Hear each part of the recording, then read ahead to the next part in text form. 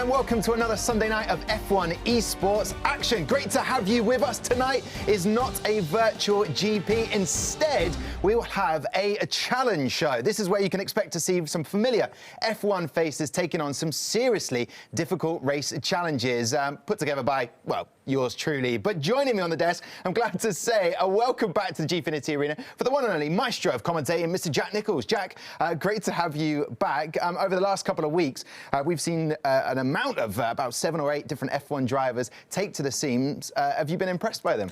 Yeah, it's been really interesting watching them get to grips with these races, isn't it? Some have a lot of sim racing experience, some are fairly new to it. So watching them grow and develop and flourish into the drivers they are now has been really entertaining to see. Yeah, indeed. Now, tonight is no different. We'll have to challenge. 2 weeks ago, we had Lando taking the challenges. Are you excited about tonight to get back in there and see how they fare? I really am. I really enjoyed the challenges with Lando a lot, especially the ones where we ruined his life. That was good. So I think tonight we got sort of double the victims, and we've, you know, or you, as you claim, have slightly modified the challenges a little bit to just, you know, finesse them a little. Yeah, why are you being dubious about me setting the challenges? Do you actually come up with the challenges? Yep. Wow. Yeah. Wow. Yeah, I just scribbled down ideas, the direct. Anyway, listen, 2 weeks ago, as we just said, we had Challenge Lando. Tonight, we have Challenge Williams, and we've doubled down. We've not got one driver, we've got 2 drivers competing. We have the current F1 roster. We have George Russell and Nicholas Latifi. Jack,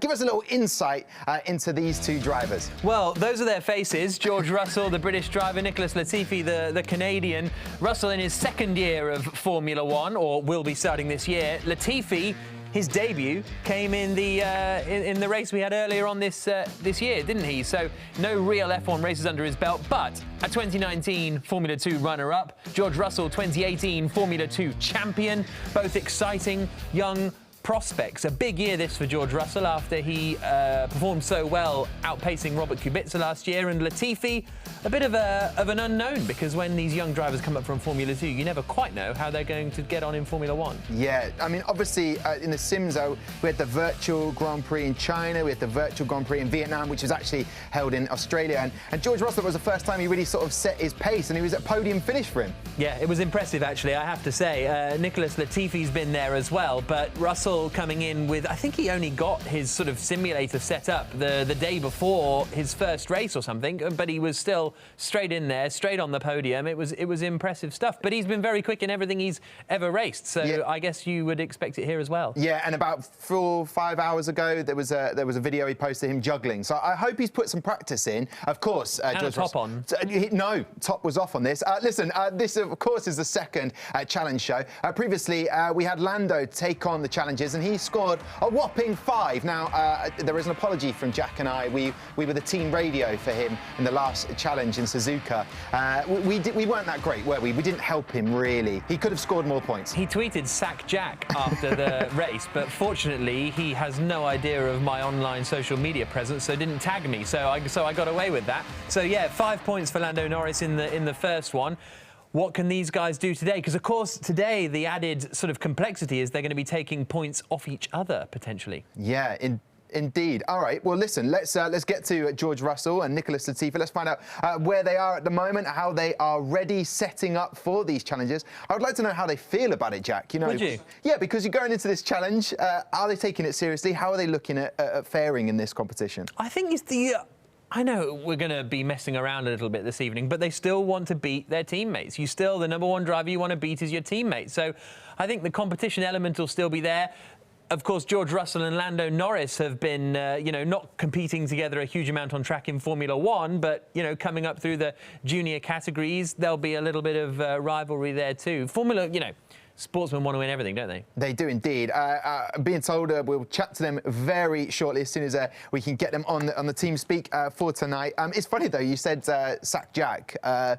no sack Tom there. Either he's forgotten my name or the fact that I get to be his team radio again. What do you think on that? Or... I don't know. Probably it rhymes. OK, fair enough. I think that's the long and short of it. There are three main challenges that they'll be taking on tonight. The Williams Showdown. Looking forward to this. Past people from the Williams team taking them on, and maybe some current stars competing with them. That's bragging rights there, because we could have the fact that you'd have the test drivers taking on the current roster. That's bragging rights for the rest of the Williams team, and maybe a little upgrade into maybe the F1? Well, maybe. I don't think Williams make their decisions based on the challenge Williams shows that we put on, but you never know. Maybe if they can demonstrate good things, it'll be good to see. Jack Aitken, might be involved in the races. Who knows? Might have blown that one already. But he and George Russell have been competing against each other in the past on track, so it'll be fun having guys like that in the race. Now, of course, we had in the challenge Lando a Poulter. Ian Poulter, the postman, always delivers for the Ryder Cup and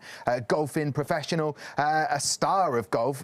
He is going to come back today for Poulter's revenge. It was shocking from him. He had an opportunity to beat Lando Norris and decided to stop right before the line on the last lap, and he had one lap to go. So a rookie mistake from him. Do you think that he's gone away and practiced on finishing a race?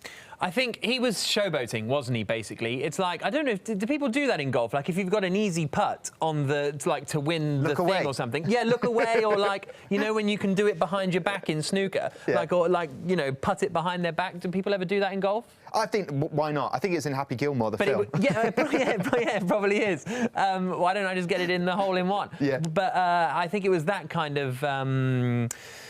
arrogance isn't quite the right word, but showboating that he wanted to pull off that didn't quite work in the end. So I think he'll be taking it a bit more seriously tonight. And we'll have an opportunity for everybody at home to get involved to decide where we will be racing for Challenge 3. Very exciting. This is a fan grid. People have already been selected to race against George Russell and Nicholas Latifi. But the options are for you of where we race. We've got Canada, Spa, Monza, Mexico. Now, they've all got a different setting within the F1 2019 game. Canada in the wet, Spa in the wet, Monza in the dynamic, and Mexico in the dry. Out of those four, which one would you be sort of pushing our beautiful audience to go for? Look, I think there's only one choice, isn't there? Spa in the wet, I think, is the ultimate challenge. OK, you've got one of the tracks there with dynamic, which might be interesting if the rain starts to come, but Spa in the wet, you can't beat it. You think of the 1998 Belgian Grand Prix, you think of the closing stages of the 2007 Belgian Grand Prix, and there's nothing like Spa in the rain. OK, well, I've just jotting that down. Spa in the rain. It sounds like a beautiful song.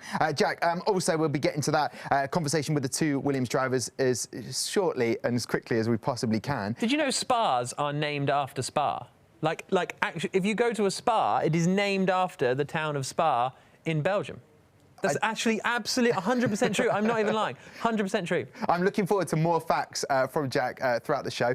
So don't forget, you can get involved. Hashtag Challenge Williams. It is tonight George Russell and Nicholas Latifi taking on a star-studded lineup of people that they have to compete in. There's 3 challenges. Points are up for grabs. Lando Norris scored 5 in Lando Challenge. That was 2 weeks ago. And I can't wait to get into this. Obviously, we'll be heading to Suzuka for the first challenge. What do we need to know about Suzuka for these Williams drivers? It's going to be 5 laps. They're facing an up-and-coming Williams driver. So let's announce it now. You've already highlighted one driver, Jack Aitken, who will be stepping up to the plate, and also Dan Ticktum, who is going to be joining them and competing against George and Nicholas. So what do we need to know about Suzuka? 5 laps. How would you approach this? Suzuka, no margin for error. I think that's the main thing there. And we saw that with Lando, because in the challenge Lando, it was Suzuka in the wet that he was racing on, and he went off everywhere. You got to be careful at the Degner corners. You got to be careful up at Spoon Curve. You got to be careful at the hairpin. Even the chicane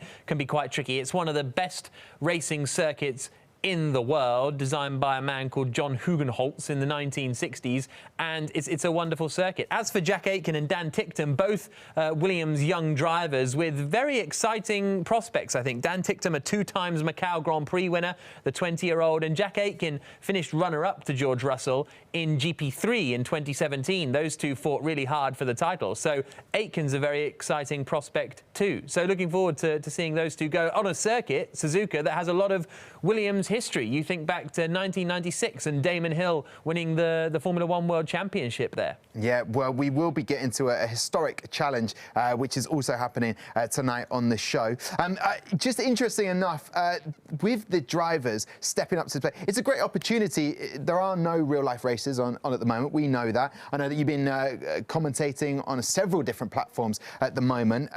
Have you been surprised, and I asked you at the top of the show, with the F1 drivers, but this opportunity for the test drivers to really make their mark and people begin to know their name? What I like about the way things are all working is that it feels like Formula One drivers, you're starting to see their passion for motorsport not come back, because you assume by being a top-line professional racing driver, they love the sport and they love motorsport, but now they're getting the chance to come and do these things, to race random things at random tracks around the world at various different times. And I think we're starting to see that, and I kind of feel, it's kind of how I feel with footballers. When you see these Premier League footballers and you think, you know, how much do they actually love football? And now they're posting pictures on their social media of them in their garden, just like sticking it top bins every time. And you think, actually, yeah, you love this. You really have a passion for this that sometimes can be a little bit eroded in your mind when you watch them in the sort of sterile,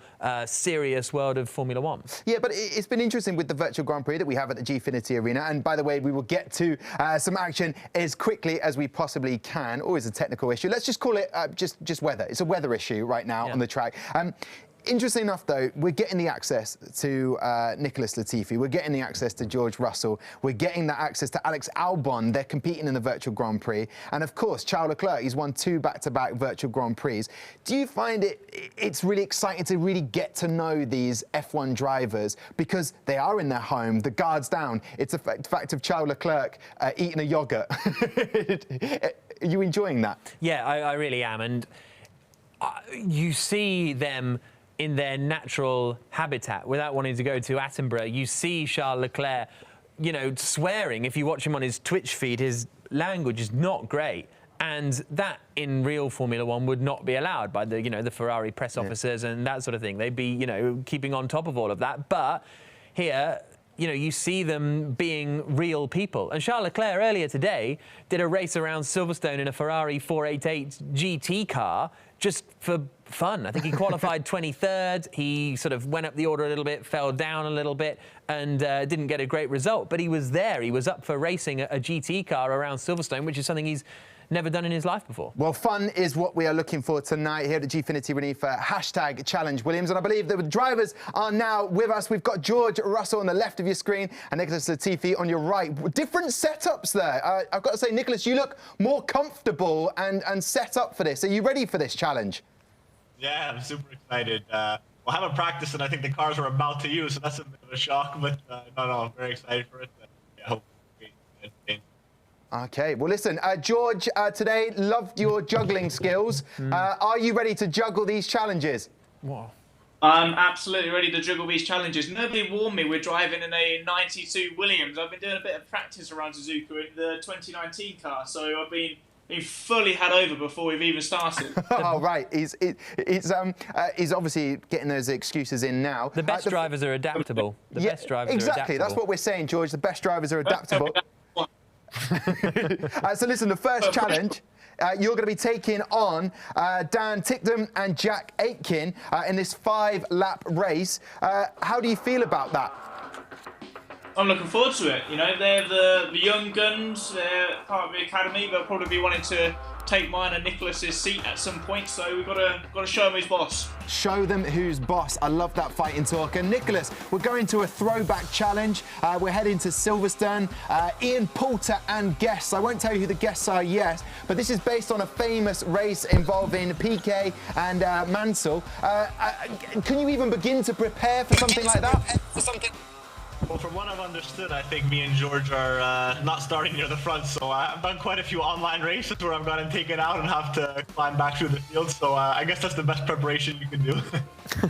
And George, obviously we've been watching yourself and Nicholas on the streams. You're setting up that.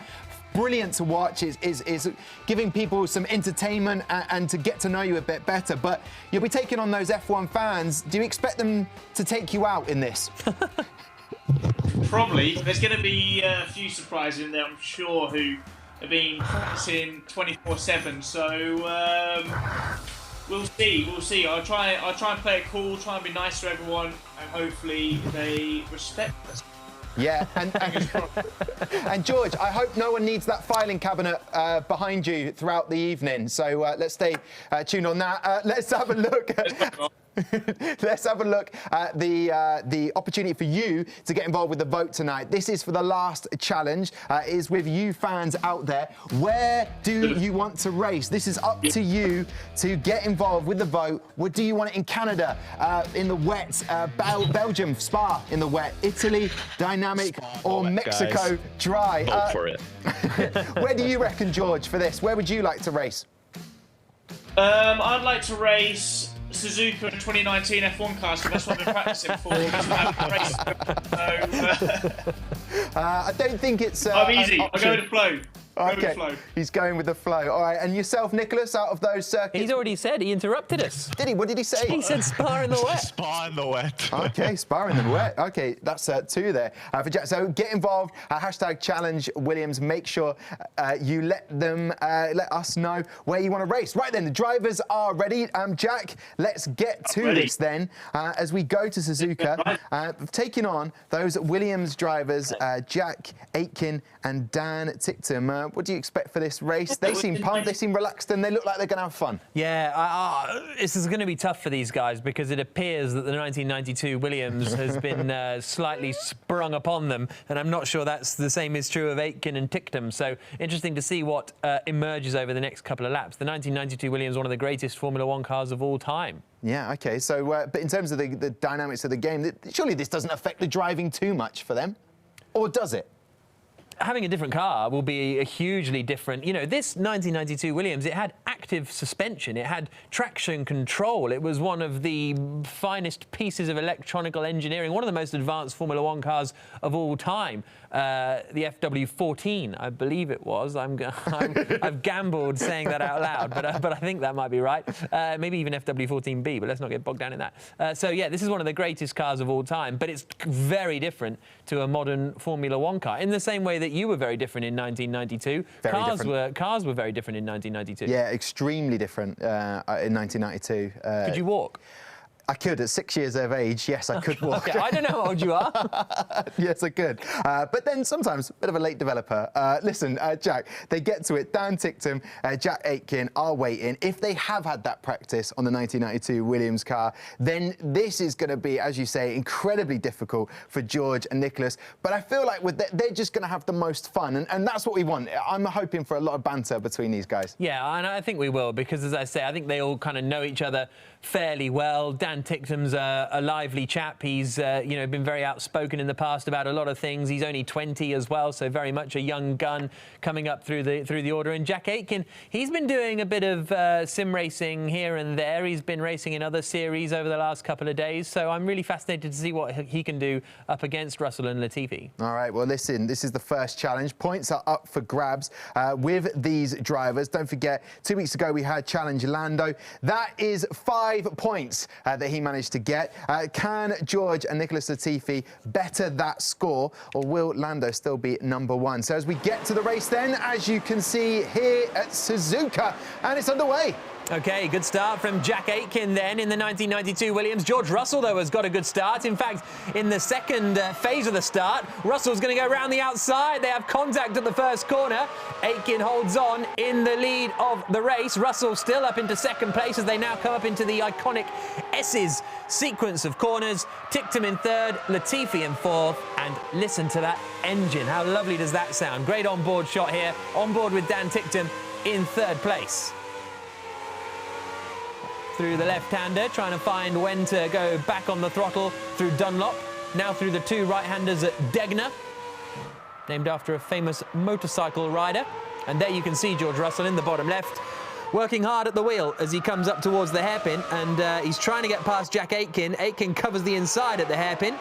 This is all very close, actually. No one's disappearing, are they? No, for someone, as George Russell said, he's just been practicing in the 2019 car for Williams. It is up to the pace here, but as you say,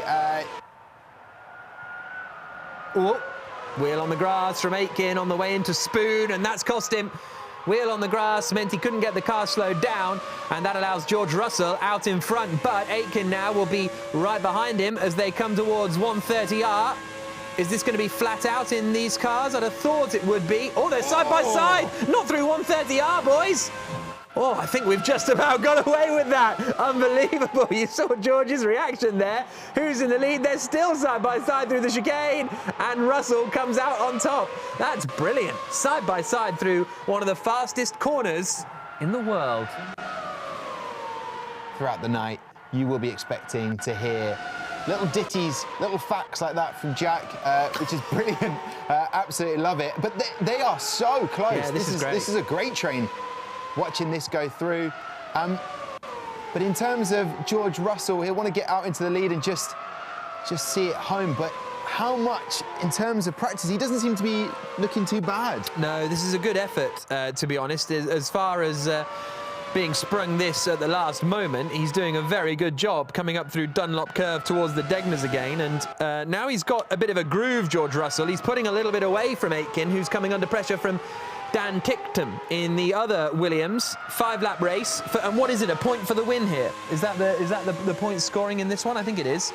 Yes, 1 point for this one. But in terms of tactics, people will be watching this thinking, well, they know the circuit. Oh, he's got a run here. Nicholas Latifi, we're on board with him. You can see him down in the bottom right.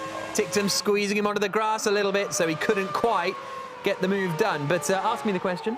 In terms of knowing the tactics, it seemed like George was just feeling the setup of the car first, and then he will go for it now. And he's got that lead now. Looking at the times, just over a second lead now. So it feels like he was just sussing things out, and then he's found his rhythm. These cars are cool, aren't they? Yeah, he's really getting into the flow now. Just 1.1 seconds up the road from Jack Aitken, who's, spun. Aitken spins at the chicane, and that knocks him all the way down into 4th place and leaves Ticktum and Latifi to fight it out. I'm not sure if there was contact because they were all very close.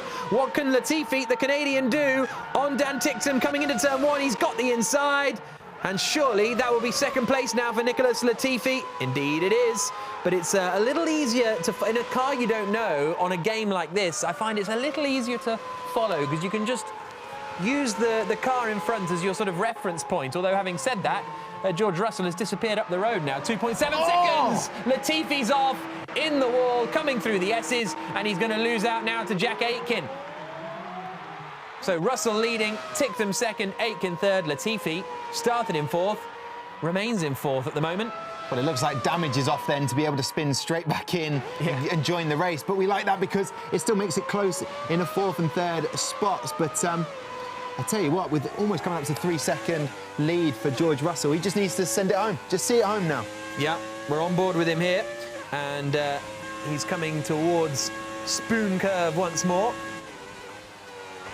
Down a few gears, back on the power, little lift before the second part of Spoon, and then down the back straight. I presume Nigel Mansell won here in 1992. I'm going to search it because I didn't think to look at that. Coming up now to 130R. And he's going to start his penultimate lap of the race, George Russell. Comfortably out in front, 4 seconds ahead now of Dan Ticktum. No, my apologies. It was Riccardo Patrese that won. Still in the Williams, Nigel Mansell's teammate. Mansell took pole position and set the fastest lap, but it was a Patrese, Gerhard Berger, Martin Brundle top 3 in 1992. Now on the penultimate lap of the race, coming up towards the S's again. You can see how hard Russell's having to work as the oversteer snaps on him at times. See the big Ferris wheel on the right-hand side. You get a lovely view of the circuit from up there. Have you been up? Yeah, but you got to pay in coins. I didn't have any Japanese cash, so you had to go into a yen, isn't it? Yeah. And so I had to go. There's a little fun fair next door, so I had to go in and try and find a cash machine. It seemed like a bit of a quite a long time. It was honestly, it was a massive faff, but it was worth it. Like one of the faffiest things I've done in my life. Listen, when faff pays off, it's worth the faff. But if it's not... I think that'll be the title of your autobiography. When the faff pays off. Fingers crossed for you anyway. George Russell leading then, 4 seconds ahead of Dan Ticktum. This is Nicholas Latifi. He's only 2.2 seconds off the back of Jack Aitken, so we'll see what he can do on the final lap. Now down to Spoon Curve, where I've never been because it's too far away.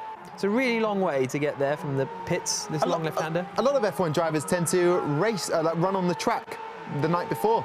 Have you ever been tempted to do that, Jack? I have run tracks in the past. I haven't run Suzuka because that was not in the... I have not been there whilst being a running person. Ah, okay.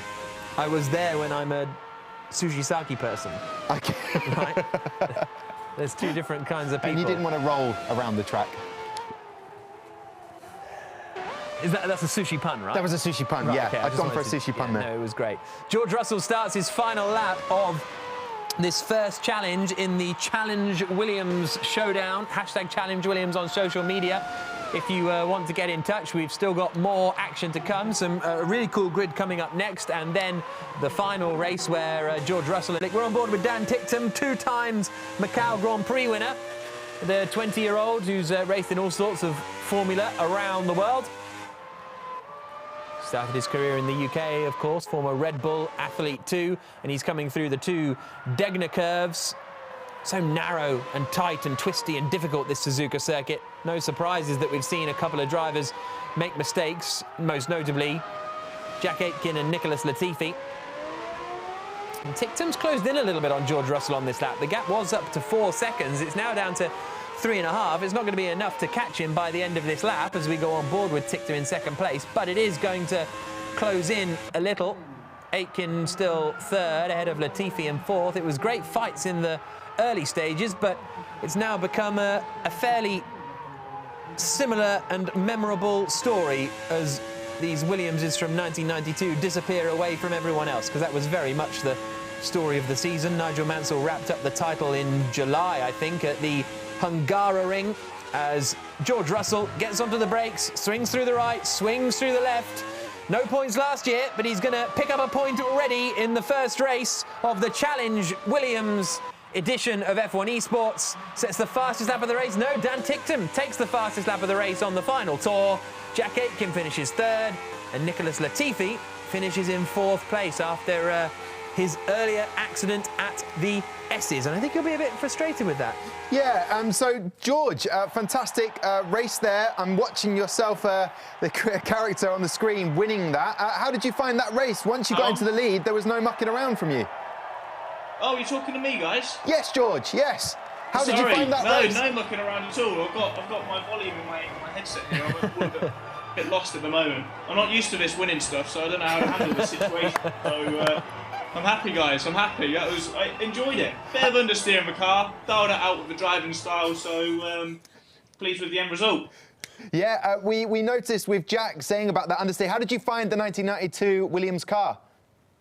Yeah, it was cool. I mean, honestly, those boys must have been absolutely mental driving back then with that kind of speed in the straights around the corners. But honestly, enjoyed it. You know, it was a bit of a shock to start with when you threw that in there, but. No, definitely was fun by the end. And Nicholas, a bit of a spin off the track at one point. Talk us through what happened. Or text us. Yeah. Yeah, just WhatsApp What's us. happening, Nicholas? We can't hear him. No, we can't. Did you happen to see that spin off in your rear view mirror? It was a great battle around 130R, George.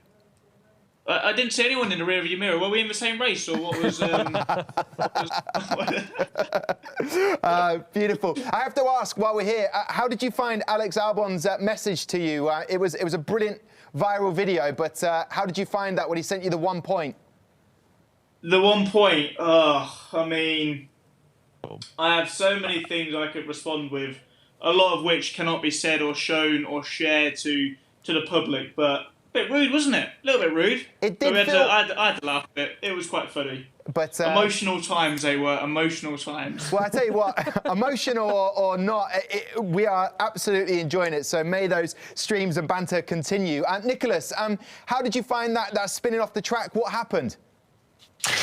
Yeah, it was actually a pretty fun car to drive, to be honest. I was changing my camera angle at the start. That's why I reacted like a second late. Just never driven it, so I wasn't happy with my camera position. And then, yeah, just saw George had the big lead once I got by Dan, so just, yeah, pushed to try and catch him after dropping back at the start. But what can you do? Still set fast lap along the way. Do I get points for that? Potentially, I'll ask my producer, but Nicholas, don't panic. There's 2 more challenges. Let's have a quick look at the scoreboard as it stands after challenge 1 now. We'll catch up with the guys in just a second. And there it is. It's official. 1 point for George Russell. That was in the Williams showdown. But don't worry, and for everybody watching as well, there are 2 more challenges on the way. And we head now to the throwback challenge. There's still a chance for Nicholas Latifi to get in this and get some points on the board. Don't forget, Lando Norris scored 5 points, and I have been told we are not team radio, so there is I feel like it's a bit unfair for Lando because we won't be sabotaging his point scores tonight. Yeah, but it's fine. Yeah. I mean, I'll live with it. I mean, it'll be absolutely fine. I'll sleep easy. I feel like, and I'm not criticising the validity of this tournament or the tasks you come up with, but I don't think they are the ultimate in fairness. You know? I don't think that in the end this is a by the rules, by the book, clean, fair fight. OK, well, how about we move on to the next challenge and I explain that and then see if we can make it more unfair? What's happening in the next challenge? Well, we're going to recreate a famous drive from F1 history. There's 4 objectives based on the historic race itself. 1 point for each objective completed. It's a 25% length of race at Silverstone, racing against a grid of special, they should have underlined that, special guests who are going to be joining us in the throwback challenge. So there you go. Is that... Well, I'll tell you what we'll do. We'll have a little look at what happened in this historic race, Jack.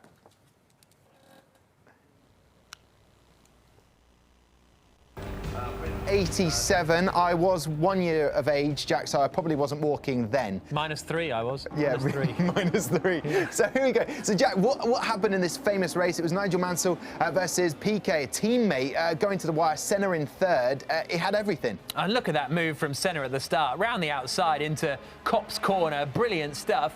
Basically, what it all built up to was an overtake between Mansell and PK. You see them going side by side down the hanger straight into Stowe corner. So after that great start from the McLaren, actually that wasn't Senna that took the lead, was it? No, my apologies. Senna finished 3rd in the end, but Mansell basically ended up closing in. He pitted for new tyres and was then chasing down Nelson Piquet. Look how long a pit stop used to take, just for the tyres. Like these days, now they do it in 1.9 seconds, 9.4 seconds then, and everybody's in a lovely and no helmets. T-shirts. No helmets for the pit stop crew. There was no pit lane speed limit in those days. You came in as fast as you could, but there it is. That's the big dummy from Mansell. Sent it to the outside, then to the inside of Piquet at Stowe.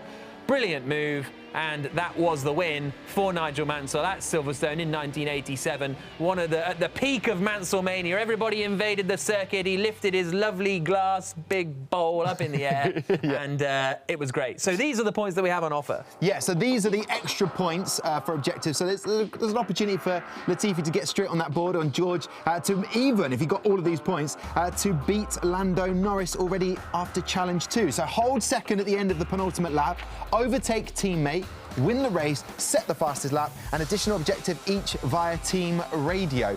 Now, interestingly enough, that season 1987, PK won the championship, but yet Nigel Mansell won more races. Fascinating season for those sides. That was the last time PK won a championship, but it was Mansell mania. These guys with Williams, they've got to kind of emulate that in some way and just race like Mansell. Not an easy thing to do. No, Mansell had a real ability to pull results out of nowhere, quite frankly. It was really impressive. He was a real Il Leone, they called him, when he drove for Ferrari in Italy, which is Italian for... Sorry. You weren't listening. The Lion, sorry. Sorry to throw your Italian quiz at you there. Yes, he was known as the Lion in Italy when he drove there, because that's the kind of performances he would put out of the bag. And him and Nelson Piquet didn't have the greatest of relationships. Nelson said some unpleasant things about Nigel Mansell's wife, and it all kind of kicked off. So hopefully George and Nicholas have a slightly better relationship than that. Yeah, Yes. I was actually just listening to remind you guys, this is Poulter's revenge. Now, 2 weeks ago we had Lando Challenge, and Ian Poulter took on Lando Nice. Well, basically, this is what happened. You just got to do a clean final lap, and you should be all right. I've got it. I'm cool. It's all good, boys. It's all good. It's all good from there. Where's Lando? Where is he? Where is he? What have you stopped? Go, go, go! No! I thought that was the line! No, are you joking? Are you joking? There's one more lap, Ian. Oh, no. No, but I'm there! He's not kidding. Jack, he's not kidding. What was happening there? I just stopped on the line. I thought it was a line. A 5-lap race. Ian Poulter decided to stop before the end of the 4th, thinking that was the line. I believe Ian is with us now. Ian Poulter, just to remind you about that, how have you dealt with it? Have you learnt from those mistakes? Well, it's quite simple, really. It's just like having a shank, right? I've had many of them on the golf course, unfortunately, which has caused double bogeys and all sorts of embarrassing moments. So that was just another one of those highlights. But you dealt with it very well. Can I just ask about your backdrop there? It's not an image. What's going on there, Ian? There's about 12 years of shoes behind me, which I've pulled out, and I've actually got them into tournament and day order, of which there's 50 pairs of major winning shoes. Well, not major winning shoes. I haven't won a major, but tournament shoes from some Ryder Cups, majors, and I've signed them all, put them into a day order. We're going to sell all of that stuff and donate to COVID-19. That's incredible. That's great to hear, Ian. And now I was watching someone walk behind you. Are you going to be put off at any point during this race? I can't have that this week, Ian. Yeah, well, Luke's in the other sim next to me right there, and that was Joshua just going outside. So there's a good chance I'm going to have another excuse today. Well, hopefully they cheer you on. Can I just ask you, though, we've got George here and Nicholas. Who are you more afraid of racing?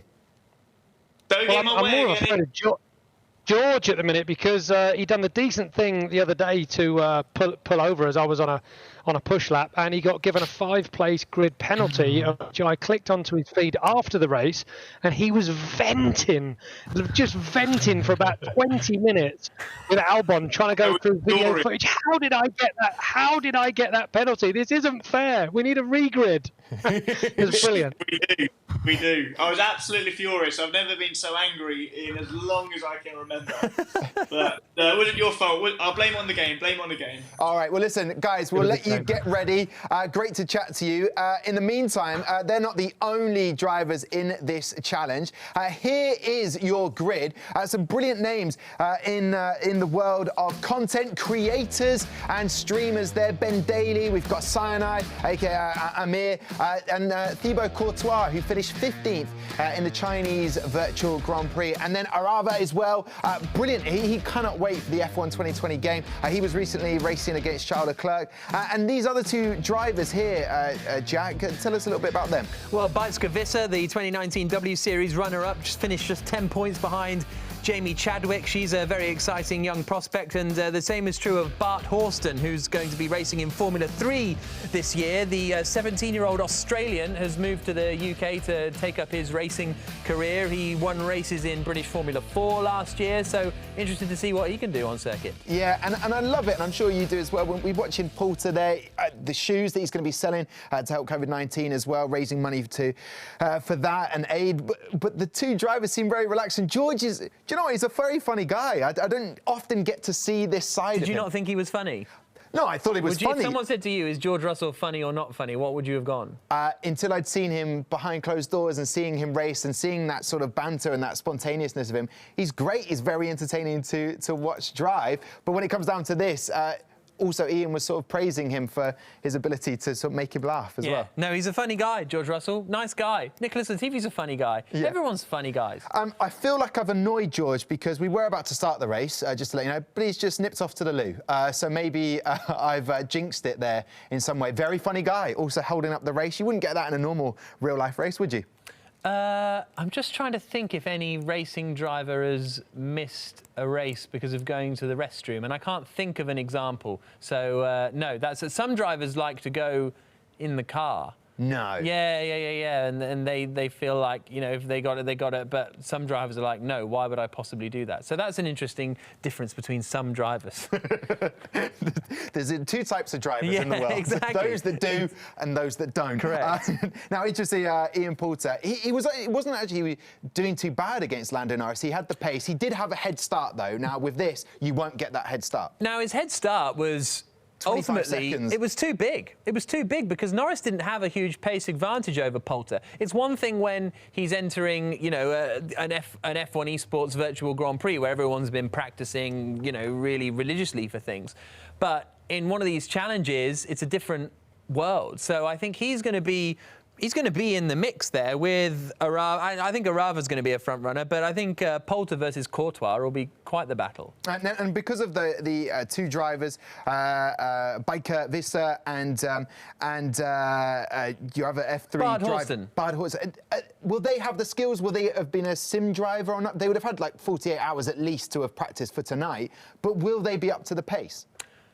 I think so. I'm committing and saying, yeah, I think Visser and Bart Horsten are going to be front runners. Whether they can, I don't know why I think Arava's going to be great, but I don't know. He's been hugely involved in and hugely excited and creates a lot of content around the F1 Codemasters game. So I think he's going to be a front runner. Maybe I'm putting too much pressure on him. He's always here in the Gfinity arena when we have the actual F1 esports events. So, you know, he's fully into this. Yeah, now, and in terms of points, if they've got good quality as we get to the grid, it's going to be hard for them to score Ian Poulter in pole as they're off into this second challenge. Don't forget, 25% of the race here at Silverstone. And wowzers, we've already got someone bowing out of the race. I thought it was Thibaut Courtois, but it's not there. Cyanide, I think it was, in the other Mercedes. So Bart Horsten out in front, Poulter second in the Ferrari, Thibaut Courtois is in the Red Bull, Arava looks like he's in an Alfa Romeo, perhaps Kimi Raikkonen's, then it's Latifi and Russell in the two Williams. Visser in the other Ferrari is going side by side down the back straight into the left-hander of Brooklands, but Bart Horsten has got out in front, a 25% race distance, so may well see pit stops in this race as they come out now towards Copse Corner. Oh, dramatic line there from Arava as he fights with Latifi. Latifi looking to the outside, not able to get through. There's Ian Poulter in the bottom left, running in second place. Strong performance at the moment from Poulter, but he's got Thibaut Courtois right behind him, a position that many defenders would enjoy. Oh, I see what you're... Yeah. But now he's in front of him, so the joke doesn't work anymore. Ian Poulter not racing for Renault, as we commonly see him for the virtual Grand Prix. He's in a Ferrari. And he's off, but is he kept there? He's just about managed to get back onto the circuit, but he's dropped to the back of the order now, so that's going to be tough for Poulter to try and catch up. Down in 8th position, but Horsten still leading 2 seconds ahead of Arava, and then Thibaut Courtois in 3rd spot, Latifi 4th, Russell 5th. Those guys only separated by 0.3 of a second as Poulter comes into turn 1 at Abbey and then winds up through Farm. We go on board with George Russell, 5th place at the moment. He'll want to get past Latifi. If he overtakes his teammate, what happens? He gets a point. Thank you. There you go. That could happen. A point will be up for grabs. It's interesting, though, just to remind viewers, if you did catch the virtual Grand Prix in Bahrain a few weeks ago now, Cyanide crashed off after the start there as well. He's down in 9th, as we see George Russell taking this very seriously. And that's the thing with tonight, the challenge show. It is obviously a competitive element. That's why we've got the challenges. Points are up for grabs. But at the same time, it's all about having fun during these times and bringing some joy, and as we hopefully get some more banter from Ian Poulter. But again, I had high hopes for him. He was in 2nd at one point, was actually 1st at the beginning of the race, but he's dropped right down there coming off the track. Very much the bin man in esports, isn't he? Always takes away. Yeah, no, that's... Because the postman delivers. Yes, I suppose they do. They take stuff away. Yeah, they're not doing scrap stuff. You can't take it to the tip now, so they're not. Oh, tell me about it. Oh, what have you got to get rid of? Anything? Just huge cardboard boxes. I've got some nightmare. huge cardboard boxes that I've just had to put in my shed and deal with it later. Always the way. So here we are then, Silverstone Challenge 2. It's myself, top leaguer Jack Nicholls here, commentating on this brilliant race, keeping the pace up there. And we know that Thibaut Courtois is a very, very good sim driver. Currently, obviously, no real-life football taking place, so he's taken to FIFA and also a bit of NBA and a keen racer. Good. Yeah. Just a little background on. No, it's good. It's good 79 caps for Belgium. That's very good. How tall is he? He is tall. You haven't got that in your locker. Haven't got that stat in the locker. 1.99 meters. Not far from here, he was the goalkeeper for Chelsea. Signed, then sold to Atletico Madrid, then came back to Chelsea, and then was sold to Real Madrid. Where was he before Chelsea? I believe Genk. Very good. Lap 3 of 13, but Horston leading the way then. 3.3 seconds ahead of Arava, who's got Nicholas Latifi right on the back of him now. This is the battle for third place. Now, one of these drivers, or, you know, some of the Williams drivers, because it can't be both of them, need to be in second position going into the penultimate lap, and Latifi can take that place now if he can get past Arava down at Stowe. Doesn't fancy the lunge into that right-hander at Stowe Corner, named after the little village and school that's just the other side of the grandstand. Now to the outside at Club. That's ambitious, but I think he might pull that off. Nicely done from Latifi. Russell could be there to take them both. Oh! What a move from George Russell. Up into second place, gets a point for overtaking his teammate, and is now into second position as they go 3 wide into Abbey Curve, which is a bit of a brave one. So Russell in second, Latifi third, looks to the outside, can't get through. Now, what happens points-wise with overtaking your teammate? If they keep passing each other, do they keep getting points? No, it would just be 1 point for that first overtake. What I loved about that is Nicholas Latifi did the groundwork there against Arava, and then George Russell just sniffed out an opportunity to overtake both of them. Oh, but Latifi's coming back at him here. Couldn't quite get it done. I thought he was going to do the classic outside Brooklands, inside at Luffield, but alas, not to be the case. But Horston still in front, the 17-year-old Australian single-seater racer, but he is 4.7 seconds ahead of George Russell, who is just in front of Nicholas Latifi, who we're on board with here. Both run wide, coming out of Copse Corner, now into Magnussen Beckett's. Little bit of a lift through the second part of the right-hander, then down the gears and back on the power, out through Chapel and onto the hanger straight. This has got to be a chance here for Latifi. Opens the DRS in the rear wing, and he's going to be back up into second position. This is a great fight between Latifi and Russell, and I don't think it's over yet because Latifi goes really wide at Stowe. Does Russell fancy a move into Vale? Not this time. Good fight here. Bijtske-Visser's got past Thibaut Courtois now, and I think, no, Cyanide's still out there. Is that Ben Daly who has pitted on lap 5 of 13?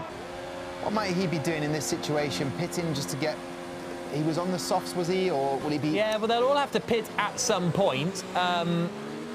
That's around about the time I would expect a pit stop. Maybe the others will come in over the next lap or two. Latifi has managed to hold on ahead of Russell for the moment, but Russell's going to have the DRS on the run down to Brooklands. There's a Ferris wheel on the left there. Never been up that one. Really? Never been on the one at Silverstone. I wonder if it's a faff to get coins like it is at Suzuka. I feel like at Silverstone, you'd need notes to get on the Ferris wheel, which is more doable. I'm expecting and I don't know if this is the right thing to say, but I'm expecting a burly guy being in charge of the queue there. George Burley. George Burley, the ex-Scotland international, manager of Southampton, Ipswich. Yeah, that George Burley. Okay, well, I don't think he is on the Ferris wheel there. Lap 5 of 13. Well, he's not managing at the moment, so maybe a Ferris wheel management could be George Burley's level. You know. Nicholas Latifi managing to hold off George Russell at the moment as they come down the hanger straight. Someone's got a yellow flag out there. I think that might be Courtois because Ian Poulter has got past Thibaut Courtois now as well. Lap 5 of 13, and they are now very heavily abusing track limits, aren't they? Copse Corner and down at Stowe, they're running very wide. I think Latifi's taking the lead on that. Bijtske-Visser pits in the Ferrari. There we go, we'll get there eventually. And so we'll see when the front runners decide to pit and whether Visser can perform a little bit of an undercut to come out on fresher tyres. Still the Williams, though, right together. Nice little fight this with Arava keeping an eye on things behind. Now, Russell's going for it here. He's got good speed through the loop. a bit of a slide on the rear end. That might cost him as he comes through Aintree and onto the Wellington Straight. Latifi covers the inside, Russell to the outside, sends it in hot. Not enough. Latifi holds the place. Good fight this. Really enjoying this race. Definitely. George Russell obviously said earlier he's been practicing on the 2019 car. That's the one you see in front of you on the F1 2019 Codemasters game. So there'll be no excuses with that little slight mistake there from him. But interesting, you did say Bart Horston, you reckoned, you put your neck on the line, you said he would have good pace, and he's definitely doing that. Almost. I put my neck on the line with the most uncommitted comment ever. Still committed. Bart Horston just under 5 seconds lead now. When is he going to pit, and how will that change this race? Well, Russell is back up into second place. He's gone around the outside of Nicholas Latifi because these two battling over second is effectively the fight to get a point. Arava's pitting now. It's the fight to get a point because they need to be second going on to the penultimate lap to grab a point. So they need to then win, which is going to be tough with the pace that Bart Horston has. But Russell now back up into second place, into Abbey Curve, down towards Village and the Loop. But yeah, Russell into second. Arava is pitted. Keep an eye out to where he comes out with regards to Beitske Visser, although I wonder if Visser has made a mistake because she's now at the back of the pack, the W Series runner-up from last year. The Russell and Latifi, though, separated by half a second. I think that's going to be a bit too much for Latifi to close in. He's got the DRS open, as you can see. He's running behind Russell, but not close enough to make a move at the moment. Into Luffield corner again. Yeah, and it seems like George Russell, the pace is slipping. Bart Horston pushing away with this race, almost coming up to 6 seconds lead now. Surely George has got to get in there and change those tyres. It's got to come soon. There's no doubt about that because Arava's pitted, Beitske Visser's pitted, but I suppose if Bart Horston hasn't pitted, then you'd stay out there and match the leader because I don't think they're going to have enough in it to do an undercut. Here they come through Maggots and Beckett's out onto the Hangar Straight again. Used to be an airfield, of course, Silverstone, back in the early days, as most of the British race circuits were, as Russell covers the inside for Nicholas Latifi. Where is Latifi? He's still behind, although Russell's gone in a bit deep there. Do either of them pit this time? No, nor does Bart Horston. So, and actually I think Latifi has pitted and maybe has just got a 5-second penalty for speeding in the pit lane. And of course, Nigel Mansell, there was no speed limit back then in that historic race. Yeah, I think it came in 94. I think 1994 was the first year of a pit lane speed limit, which is crazy. Crazy. Thibaut Courtois is in the pits as well in 4th position. Yeah, we'll be talking to Thibaut Courtois, hopefully. Maybe double check that he did sign to Chelsea from Genk, contest that fact. Why not? Let's ask him. I could just potentially just, search for it on the internet. But yeah, he's dropped down into 5th, 7th now. We will be talking to him. Blimey, down in 8th now. It's the Ian Poulter, Thibaut Courtois show. It's not been the race that Poulter would have wanted so far. No, well, he had that spin, didn't he? So that's why he's in trouble. Thibaut Courtois got a 5-second penalty for speeding in the pits as well, so that's why he's dropped all the way down. We'll see whether Russell decides to come in this time around. There is Thibaut Courtois in the bottom left, on board with him in the Red Bull. That's a nice little green screen setup. That looks like one of the pop-up ones that you get, which are very nice bits of kit. Yeah, very nice bits of kit. And but though I have seen many a time with the Virtual Grand Prix, as soon as we talk to a driver, their performance dips dramatically. I feel like he needs all the help he can get at the moment, but you can't be giving away a penalty in the pit lane. See what I did there? Jack, you happy with that? I like that. Oh, Russell's got a 5-second penalty as well. So he and Bart Horston both into the pits now. They're all speeding in the pits. And so that kind of negates the penalty that Latifi got. So that means they will be genuinely together when they emerge from the pit lane. Latifi on the medium compounded tyre. He's 2.5 seconds ahead of Arava, who, and then it's a good fight between Ben Daly, who pitted early, and Beitske Visser, who pitted much later. Where are they going to emerge, George Russell, when he comes out of the pits? Bart Horston is out of the pit lane. Now, I do see the picture in the bottom left of the screen. That is Thibaut Courtois. Now, I see that there's no microphone. Well, I see there's a microphone on his headset. I wonder if he can hear us. Thibaut Courtois, can you hear us? Yes, I can hear you guys. Ah, amazing. Listen, what happened with that penalty in the pit lane? Come on, talk to us. I went too fast. I didn't know where the lead line was, so yeah, I went fast. Now, obviously, you've got Bicycle Visa in front of you. Do you think you'll be able to catch her about 8.5 seconds away from her? Do you reckon you can match that pace? No, it will be hard to take up 9 seconds in 5 laps, but yeah, I was close to it. But then we were fighting in the next sector, and I took a bit too much risk, and I got on the grass, and I spun around. So now I'm just trying to leave Ian behind me, so let's see if that works. Indeed. He'll really, really enjoy that fact. And just to double check, Tiba, I said I would ask, before you signed for Chelsea, was it Genk that you were playing at? Yeah, I was playing in Genk, yeah. There we go. Question achieved, done. We'll leave you back to race on, Thibaut Courtois. So there you go, Jack. I was correct on that little fact. No, and I agreed with you. Like, don't think that I disagreed. I didn't think he came from Sporting Lisbon or something. Lap 10 of 13, Bart Horston leading. Now, there's less than a second between Latifi and George Russell in second and third places. I think Arava's had a spin because Bicevica's just gone up into 5th place. That'll be a shame for the Alfa Romeo man if that is true. There he is recovering. He's lost it at Abbey, and now he's going to lose out potentially to Thibaut Courtois, who sends it in a little bit deep, and here comes Poulter to try and get past both of them. The two go side by side. Arava in the Alfa Romeo, Poulter in the Ferrari, trying to take them both as they come through the left-hander at Aintree. Can't quite do it. Courtois up into 6th place. Poulter up into 7th, and Arava down into 8th position after that spin at the first corner. Frustrating, frustrating, frustrating.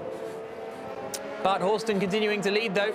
4.2 seconds ahead of Nicholas Latifi, who's just about keeping that 1 second gap to George Russell. And if the gap's under a second, Russell can use the DRS, get the extra straight line speed. But at the moment, it doesn't look like he's able to, and it won't be long before the point is awarded for the being in second on the penultimate lap. Yes. They're still achievable, that you can get the fastest lap. It doesn't look likely that they will, because obviously... Poulter's in the bunker. It's always difficult to get out of the bunker, but he looks like he's... He's in the rough, I suppose, more technically, because he wasn't in the sand, was he? Yeah, he looked adept there at getting out of that situation. Obviously, there's a point up for grabs if you win the race, but that's looking unlikely at the moment. So still up for grabs, fastest lap, and second place in the penultimate lap. So there you go. We can see on board with George Russell now. And they've got the pace, though. It's evident, but I tell you what, Bart Horston got into the lead and hasn't looked back since. No, he hasn't. He's having a very, very good run out. The front is Bart Horston. Russell's, we're on lap 11 now, so it's the end of the penultimate lap or the start of the penultimate lap when the point is awarded? End of the penultimate lap, right. So at the end of the next lap is where the point will come. And actually, these two Williams drivers, I feel like they're being closed in a little bit by Ben Daly in the McLaren, so that'll be a good effort if he is able to close in. The gap's 2 seconds. He's on soft tyres as opposed to the mediums of the two Williams drivers in front. Very clean race as well. That's what I've quite enjoyed about this. We haven't seen, you know, lots of smashy, bashy, crashy action. It's been quite clean and fair and not a huge amount of chaos. It's been good stuff. The only bit of chaos was there between Poulter, Arava and Thibaut Courtois when Arava had come off the track, and then it got a little bit messy, but they weren't hitting each other. No one was spinning around. Now we're on the penultimate lap of the race, so Russell needs to get through on this lap to stop Latifi getting a point and therefore drawing level. Oh no, someone overtook someone earlier. Russell overtook Latifi, so maybe Russell at the moment is 2-0 up. They've both got a point at the moment for overtaking, so that's where it stands. So yes, George Russell will have 2 points. Latifi will have 1. Ben Daly in 4th at the moment, not only making his videos, but also streaming online for some of the Grand Prix or the available races that are out there, and sticking up with the pace, actually taking on Charles Leclerc at one point. Very good sim racer, making a bit of a name for himself today as well, so maybe we'll see him at another virtual Grand Prix soon. Yep, doing a good job. He's running in 4th place, as I say, doing the alternative strategy to everybody else. I think Latifi's going to get this point, you know, for for second place because Russell doesn't look as though he's got enough to close in and get him. He needs to do it basically on the next straight, and he's way over a second behind Nicholas Latifi. Well, I say way over a second, it's 1.08, but I don't think it's going to be enough to get the DRS and to close in. So this point for the penultimate lap is going to go the way of the 24-year-old Canadian. My apologies, he's older than that. Nicholas Latifi, as he comes now into the final corner. There you go then. So Nicholas Latifi getting a point. Puts them currently, Latifi's had 2 points from this second challenge, and George Russell had... No, he is 24, I was right. I don't know why I suddenly doubted myself. Shouldn't doubt yourself. Sorry. Shouldn't doubt yourself. So they will both be on 2 points as it stands at the end of this race, because unless they can get the fastest lap, or they can win the race, if something was to happen to Bart Horston, then there is a possibility of some more points. There's a yellow flag out in Sector 3, so someone's...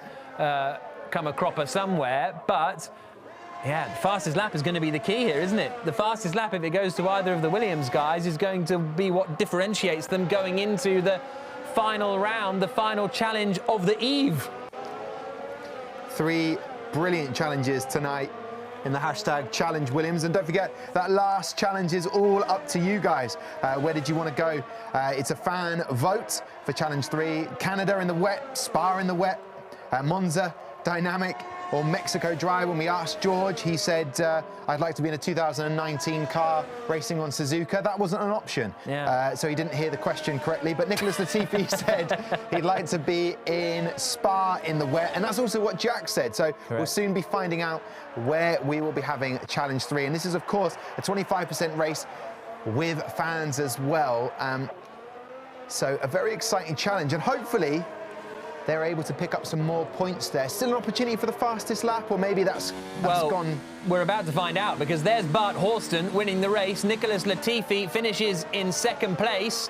Oh, Russell gets a 5-second time penalty for the unserved penalty, so that may drop him back. And fastest lap, Nicholas Latifi. Blimey. 1 minute 29.640. So unless someone like Bijtskevitsa can set the fastest lap, which I don't think she's been able to do so, but a very good drive from Bijtskevitsa to get back up into 4th place, because she had all sorts of troubles earlier on. Thibaut Courtois across the line in 6th spot, but that's Nicholas Latifi who finishes second and gets the fastest lap of the race. A good effort there. Great effort from there, and a bit of bragging rights. Ooh, a bit of mayhem there. Finally, we saw a bit. Arava's messing around. Oh, really? Yeah. Come on, it's your one time to shine. Don't Grow be doing up. that. Grow.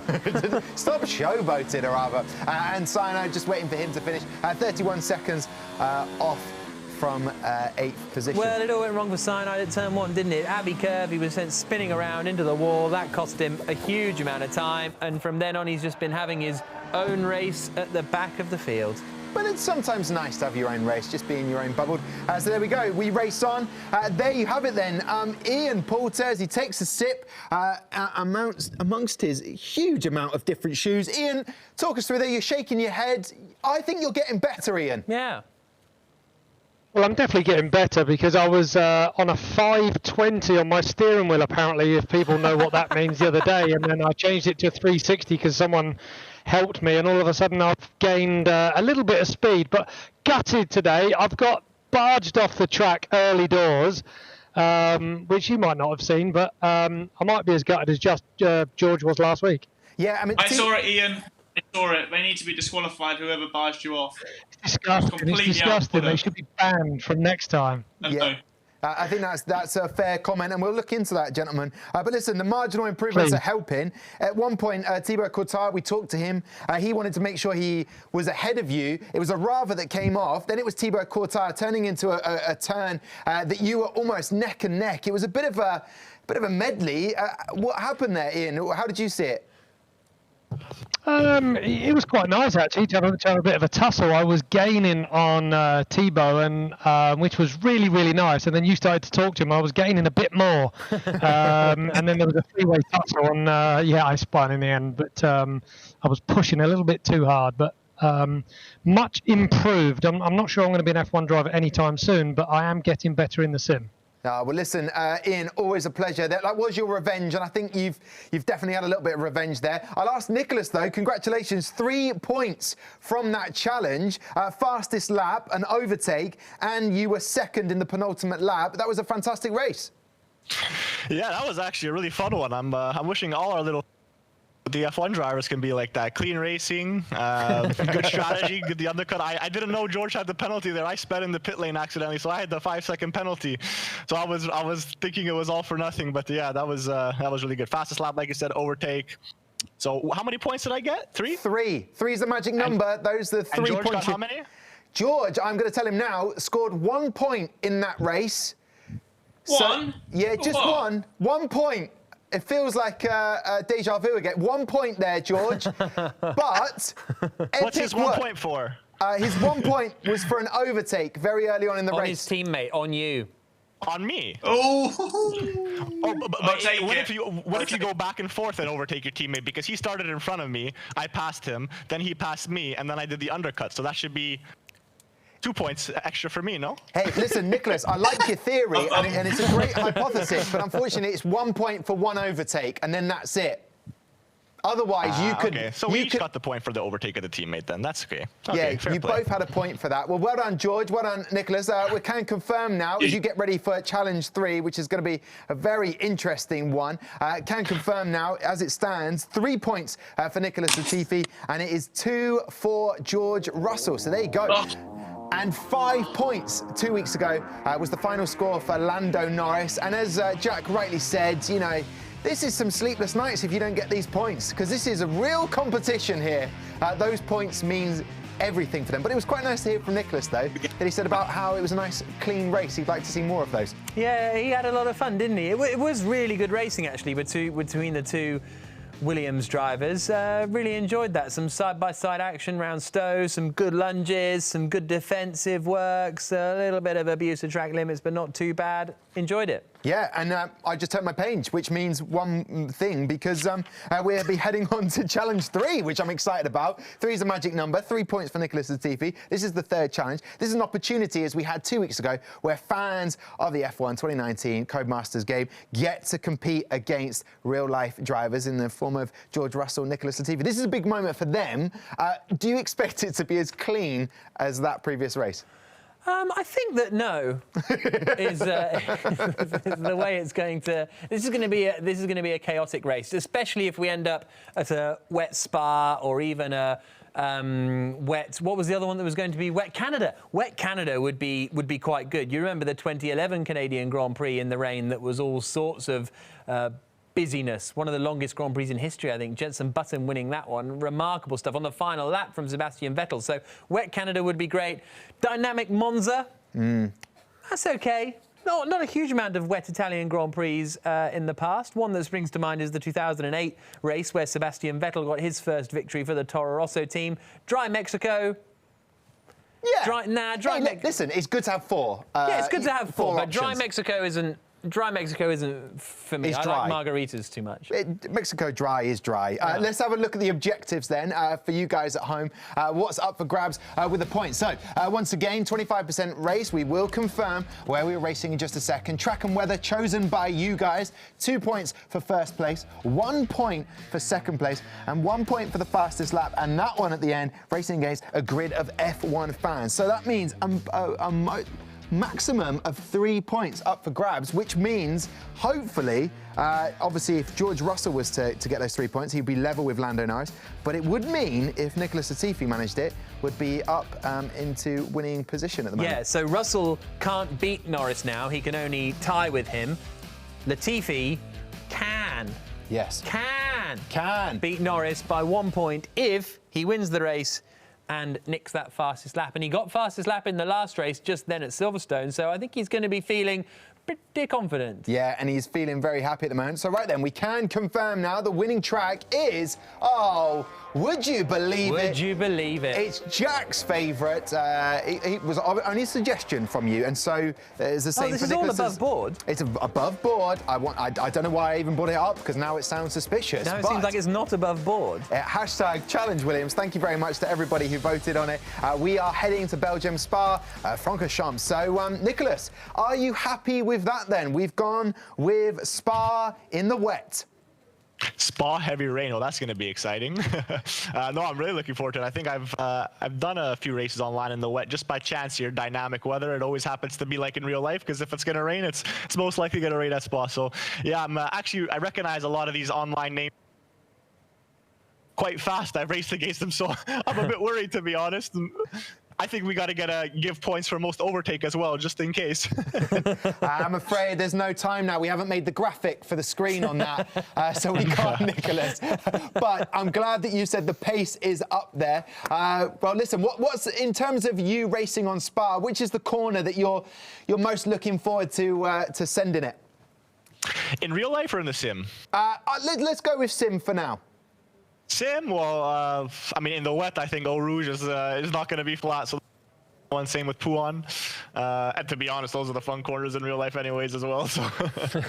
Okay. Well, listen, it was the favourite track that you're out of the 4 that were up for grabs with the fans' vote. So, congratulations, you're racing on the one you wanted. And George, he said he didn't mind, though, didn't he, Jack? He didn't mind where we'd be racing. He's a relaxed man. Yeah, okay. So 3 points, Nicholas, will give you that lead. Lando Norris got 5 points. You're currently on 3. You can level it with 2 points. But that would be a good bragging rights if you were to win the challenge and be top of the leaderboard. Yeah, definitely. I didn't know we were scoring them all across the past events and future ones. Otherwise, I would have been a bit more careful with my lack of reaction at the first start, getting no points there. But it's okay. We're going to try and make the best of this one. Yeah, okay. So there we go. We'll let you get ready. Jack, heading to Spa-Francorchamps. Obviously, Nicholas talking about where he's looking forward to. Would you agree, in terms, not in Sims, but in real life, those are the corners that we look forward to? Look, those are the iconic corners, Thomas. Those are the iconic corners. Eau Rouge at the bottom of the hill, up towards the top at Radillon, and then blasting out through the forests. An amazing place, an amazing arena of motorsport, and down through the quick left-hander at Pouan as well is really cool. It's a wonderful circuit. There's no doubt about it. There's no surprise to me that it won. I maybe prefer Monza a little bit just for the sort of atmosphere, but Spa as a circuit, you can't beat it. No, there's a pen situation. The lids come off. But listen, the situation with George, he won that first race. Then Nicholas, he seemed to up his game a little bit. So you'd expect the same for George now. Nicholas did say, I needed to change the camera angle of my car, and my reactions weren't, and they gave a little bit of excuse. George has had those as well, but I expect George to come out fighting in this one. I think this one is going to be very much in the lap of the gods, because I think with so many other cars on track, in the rain, at Spa, it's going to be carnage. So I don't... No matter how good these drivers are, no matter how carefully they take it, no matter how aggressive they are, how cautious they are, how sensitive they are, how just plain going for it they do, I think a lot of it's going to be down to luck. Okay, and obviously, in terms of the start position for these guys, 2 points for a win, 1 point for second place, and 1 point for the fastest lap. Obviously, taking on fans and sim racers from around the world who entered to take on these 2 challenges. You've got to have a clean start, and that we've seen many a time at Spa. How do you avoid trouble in this race? How do you do that?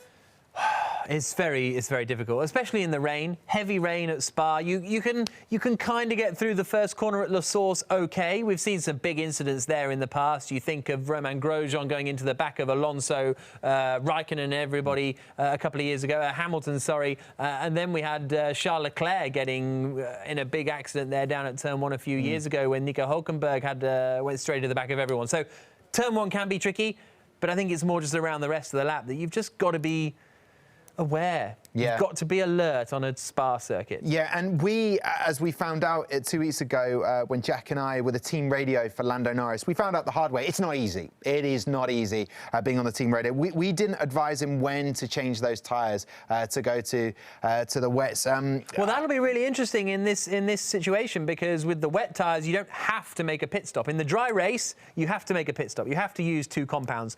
Wet race, you don't have to. You might be happy with those tyres the whole way through. You might feel like you want to change change the tyres, but it's a little bit more up in the air. Again, lap of the gods kind of stuff, because it's not a set strategy to run with. Now, I believe, I'm being told in my ear, that Dan Ticktum and George Russell are fighting over who is going to be in a Williams car at the moment, and that's why we're not going to the race.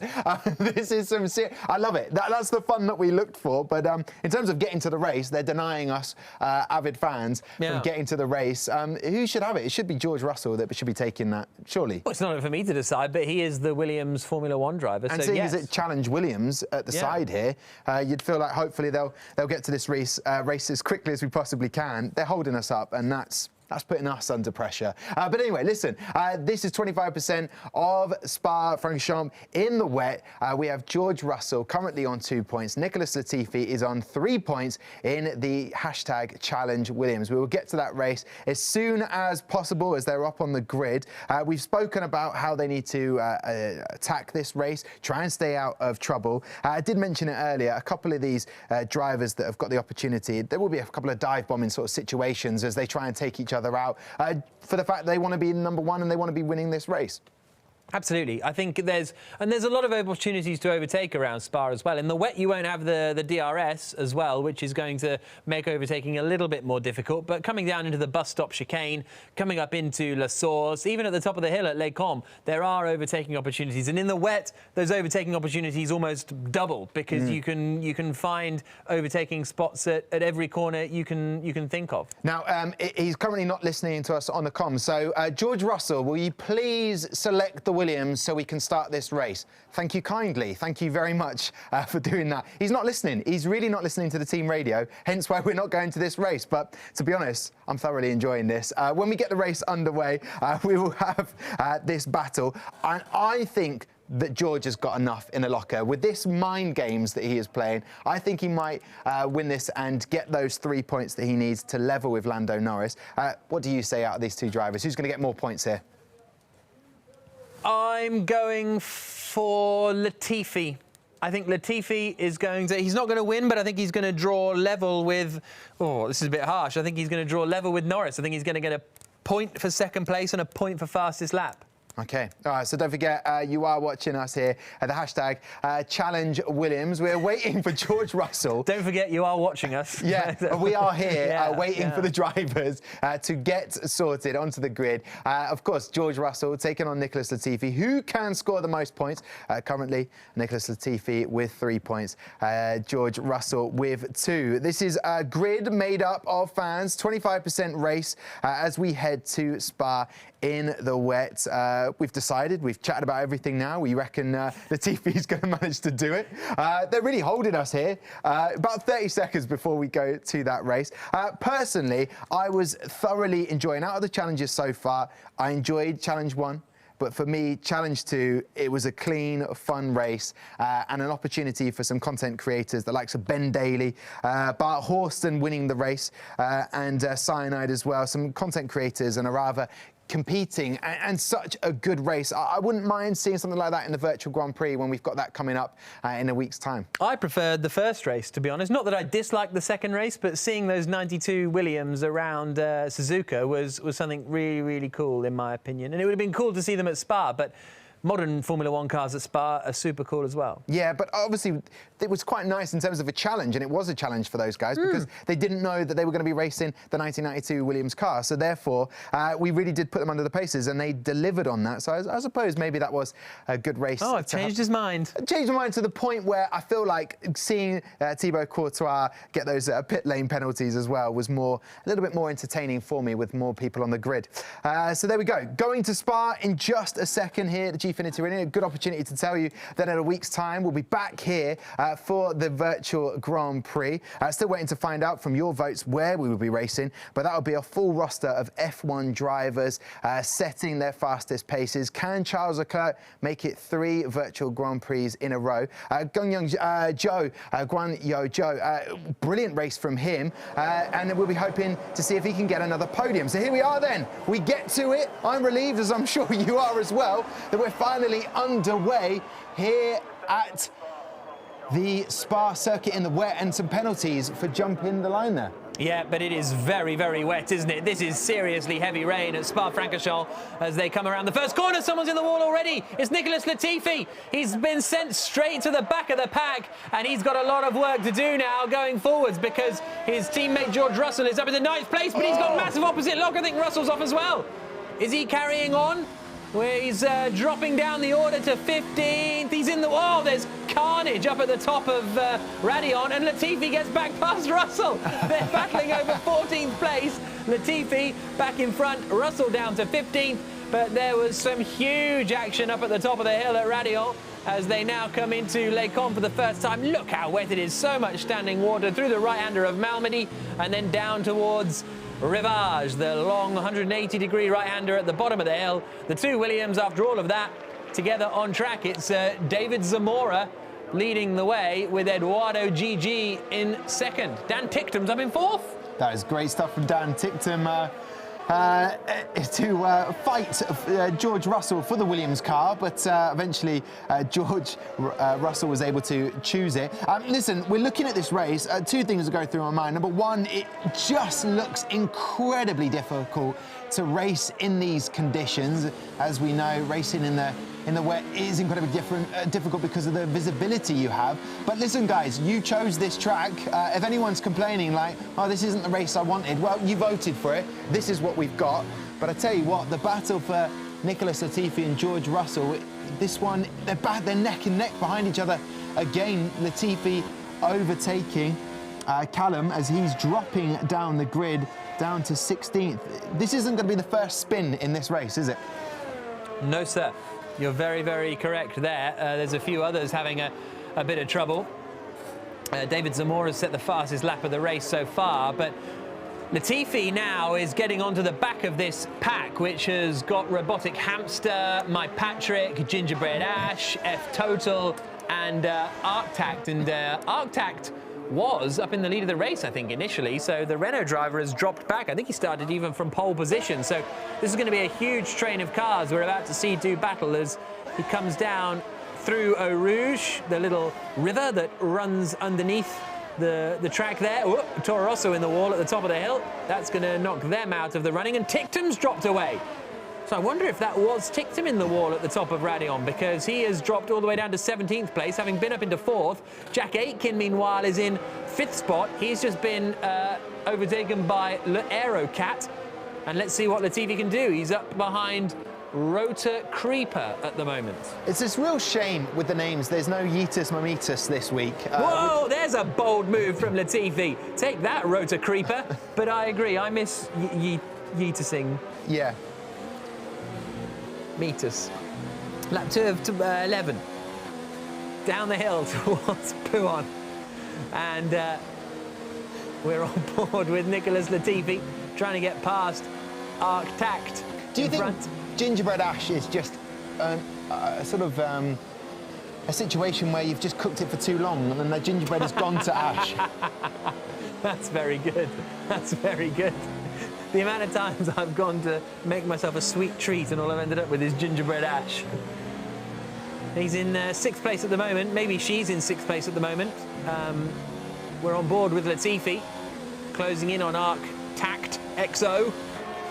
And I tell you what, Rota Creeper, better watch them back because George Russell is right behind at the moment, really pushing Rota Creeper to make that mistake, and you really Gingerbread Ash dropping down the order. There goes George Russell up the inside, and Robotic Hamster's got a 5-second time penalty, but Gingerbread Ash down to 15th place. I mean, Rota Creeper is not letting George have any sort of gimme here as George Russell gets in front of Rota Creeper. Nicholas Latifi now into 8th, and behind him is George Russell. So they've gone from an awful start for Nicholas Latifi with a spin and moving up the grid quite comfortably. You know what? They're doing a really good job here. Russell could be under a bit of pressure from Rota Creeper as they come through Eau Rouge. There's a yellow flag out there in Sector 2, so I don't think that'll be any of the leaders. That might be Primeval who's having a little bit of trouble. But, there's the attack from Latifi in front, trying to get past My Patrick.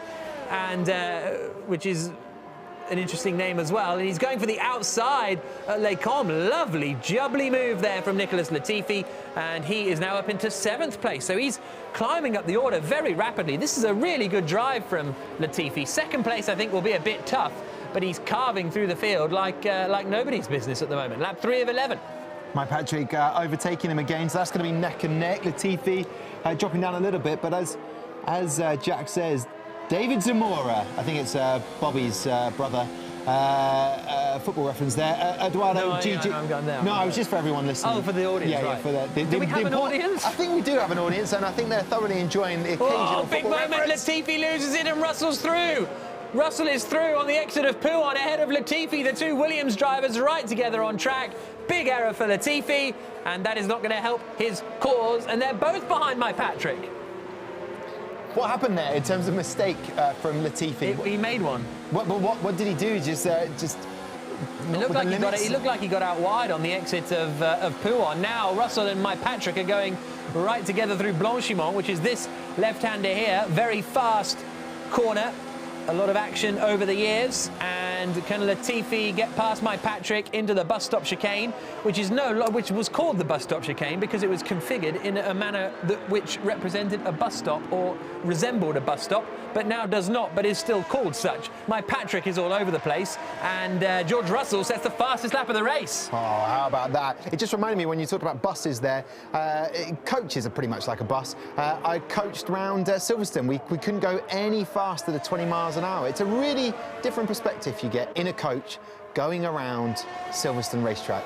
Just reminded me. It's not something I want to do again in a hurry, but, you know, I put it on my Instagram and a couple of people have watched it and said, don't do that again. I've been around Spa in a transit van. Nice. Didn't drive. A man called Richard Randall drove, and he drove very badly. Good old RR. Yeah, he won't be watching. So it's fine. This is fine. What was so bad about the driving? Oh, Jack Aitken's off. Oh. Jack Aitken's made a mistake in the Ferrari from 5th position, and that promotes Russell and Latifi up into 6th and 7th places. So it's all gone wrong for Aitken up at Les Combes. Oh, that's deep. That is some deep water that Latifi finds himself in.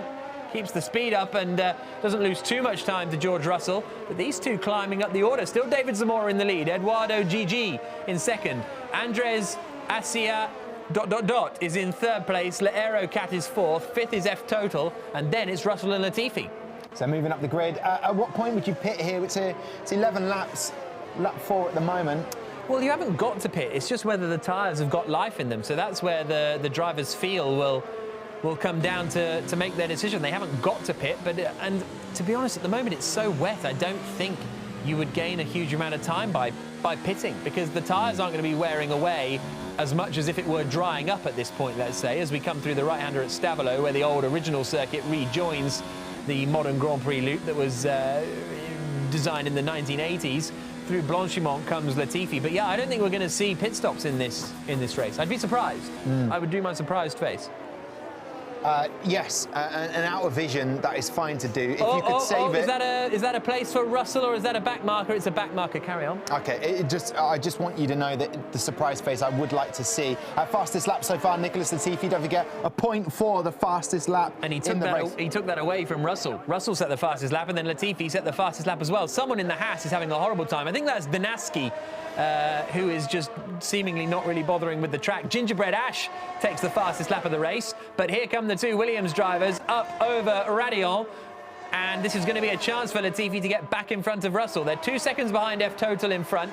There's a yellow flag out there in sector 1, but I think that's further back. Is Latifi going to fancy it into Les Combes? Russell covers the inside. No DRS at the moment. And because of the heavy rain, those are the rules. And they're both pulling away from Jack Aitken quite a lot, actually. So Aitken dropping back in this one. A look into Rivage from Latifi? No, not close enough. Gingerbread Ash then, just to confirm, fastest lap so far. Some people saw him spin off a little bit, thought he was burnt out, but ironically, Gingerbread Ash is not burnt out. Fastest lap, there you go. And Latifi... well, they've been wheel banging through Speaker's Corner. They're now coming to Pouon, and Latifi is trying to hold on in 6th place, but Russell is in that 6th position. We're on board with the Canadian now. This is a great fight. Lap 5 of 11, down into 4th gear. So cautious when getting back on the throttle because of the wet conditions. And now into the double right-hander at Stavolo. You'll see the old track rejoining on the left-hand side, just after this building on the left. There is where the old track comes back in. And now the run down towards Blanchimont. Latifi a bit scruffy through Stavolo, and as a result, he's now almost a second back from Russell. Would it be just constantly, this is just a question for you, Jack, just aquaplaning the whole time throughout this? Because I'll be honest, when I'm driving out there on the motorway, which hasn't been for quite a while now, good. but good, thank you. But I don't like it. This is just a constant aquaplaning at times and just pushing it to the limits. Yeah, basically. I think there's less aquaplaning on the game than in real life, because the game is designed that you have some grip out there and you don't just get spat off the circuit at various points, but it's very, very challenging. You can see off the racing line that there are puddles, you see, and that is where you don't want to go. You can see a sort of drier line through the middle of the puddles, and Russell's been given a 3-second time penalty for abusing track limits. He's had multiple warnings, so he's in 6th place, but he's now been given a time penalty. That would drop him back behind Latifi as it stands, lap 6 of 11. Yeah, I mean, some people have said he just doesn't heed the warnings, and there's a great example there. You don't heed those warnings, you get a time penalty, and that'll kick in at the end of the race if he doesn't serve that penalty. So here we go then. It's looking unlikely, just over halfway then, of either George Russell or Nicholas Latifi getting first or second to get those points. But still up for grabs is the fastest lap. But Lando Norris, wherever he may be right now, or Lando Bot, they know that they won't be beaten in terms of the challenge. Yeah, it looks as though Lando will remain at the top of the leaderboard, doesn't it? Because it's going to be tough for Russell and Latifi. They're going to need some serious chaos in front. And David Zamora is having a great race out in front in the McLaren. Eduardo GG in second, just ahead of Andres. And, well, Russell closed in a little bit on this lap. He started the lap 3 seconds back from F Total, but if F Total and Aerocat start to fight, we could see Russell and subsequently Latifi, although Latifi's now 1.5 seconds back from Russell, start to join that fight a little bit as they come through the wonderful avenue of trees in the foothills of the Ardennes Mountains in Spa, Belgium. But it looks like in terms of the weather, it's still raining. I can just see there. But you'd hope it have eased off a little bit, but it's been pretty relentless, and that's what the fans wanted. George Russell getting the fastest lap now. OK, that's where the fight is, isn't it? Russell with the fastest lap of the race. That will give him 1 point. Dan Tickton retired from the session. It's also worth pointing out these two want to beat each other. You know, this is a leaderboard that we're counting for. So even if they don't get ahead of Lando Norris, if Russell gets the fastest lap, he and Latifi will be tied on points, which would be better than being beaten on points, I would say. There is that bragging rights. Unfortunately, Dan Tickton didn't do as well as he probably would have liked to have done. Didn't win the first challenge. That was where George Russell and Nicholas Latifi took on other Williams drivers, the test drivers, reserve drivers, and a bit of bragging rights there. But like Jack says, this is a good opportunity for George and Nicholas to take this into the virtual Grand Prix next weekend, knowing that they had the better of their teammate. Russell's got a chance at 4th here. He's only 0.6 of a second, make that 0.3 of a second behind F Total. Then he's only half a second away from Le Aerocat. So this is a really good opportunity for George Russell to try and get up the order. Maxime has just had a spin, I think, and dropped behind Robotic Hamster. But look how close Russell is to the back of F Total as they come through the Fagnes chicane, recently renamed as the Piff Paff, and then into Stavolo. Really? Piff Paff? Piff Paff. Does that mean anything? No, like you go Piff Paff. Right, left. So it's like an onomatopoeia. It's an onomatopoeic adaptation of a sequence of corners. Lovely. Piff Paff. Can Russell Piff Paff his way through F Total, or past F Total, I should say, as they come down into the chicane once more. The Aerocat holding that 4th spot at the moment. Whoa, that's super deep. He sent it. Russell sends it up the inside of F Total, and he's now up into 5th position. F Total's going to try and fight back. That could allow Nicholas Latifi the opportunity to join in the fight in the second Williams into La Source. Russell holds the place. 1.1 seconds back now from L'Aerocat. We'll see whether he can close in on the Renault driver, but he could be under big pressure here. They're not going to go side by side down through Eau Rouge. They were on board with Russell at the bottom of the hill. No, indeed not. Don't forget, Russell has got his 3-second time penalty for multiple warnings, but can he close in on 4th place, L'Aerocat? Weaving down the back straight, trying not to give the slipstream away. Oh, and someone's had a moment. I think it's Edouard GG. Edouard GG, yeah. And Edouard GG has now dropped behind. Oh, no, he's emerged just in front, hasn't he? So he's got into trouble. George Russell is 5th, right behind Eduardo GG, who's right behind L'Aerocat. So a podium could be on the cards here on lap 8 of 11, and all of a sudden, 2nd place for some points doesn't seem too far away. Yeah, and what will probably, as I'm sure you're thinking, it really annoy George Russell is if he finishes in 3rd, guess what? He gets no points. He has to finish 2nd or 1st to get any points. So hopefully he gets the fastest lap, unless something, as Jack alluded to, happens up the order, up the grid here. There could be an opportunity for a 2nd or 1st finish. Oh, big slide from George Russell. Eduardo GG chasing him down. Here comes Russell. Can he get past the racing point? Oh, they have a bit of contact. A little bit of a nudge coming through Blanchimont, but surely now into the bus stop. This is the move. Russell to the outside, late on the brakes. Turns into the right-hander. They have a bit of a nudge, but Russell's done it. He's up into 4th place now. Only a 2nd away from L'Aerocat in front. Latifi is still in 6th position. He hasn't got past... Oh, as I say that, he goes to the inside at La Source and goes ahead of Latifi, lap 9 of 11. They're still side by side, though. Coming down into the Eau Rouge. This is going to be a bit of a brave one for Latifi. Can he hold on? Yes, he can, just about. Gets a bit of a nudge. Whoa, big twitch from Russell. And he loses out to Latifi. And he loses out to Eduardo GG. And he might lose out to F Total as well. He doesn't look happy about that. There was a wry smile on his face, but he'll be annoyed with that. Sends it up the inside of F Total to try and keep in, but he can't. So he's now behind Nicholas Latifi. It's Latifi now that will take the fight. Le fight to L'Aerocat. Disaster for Russell. No, outside of Rivage. Surely not. He's done it. What a lovely move. Lovely move. Now down towards Pouon. A little bit of a twitch. F Total right in behind. Latifi's less than a 2nd away from L'Aerocat. Down towards Fagnes chicane. Someone's had a moment at Pouon. We're on board with Latifi then. He's chasing, and he's catching up with L'Aerocat. Yellow flag in sector 3. Don't think that's one of our front runners. Indeed, it is not. Might be Dinaski again. Dinaxi, I think is how we say it. As we come down now towards the bus stop to start the penultimate lap of the race. Here's the yellow flag. Oh, big moment there for Latifi, and indeed it isn't one of the front runners, because they might be primeval.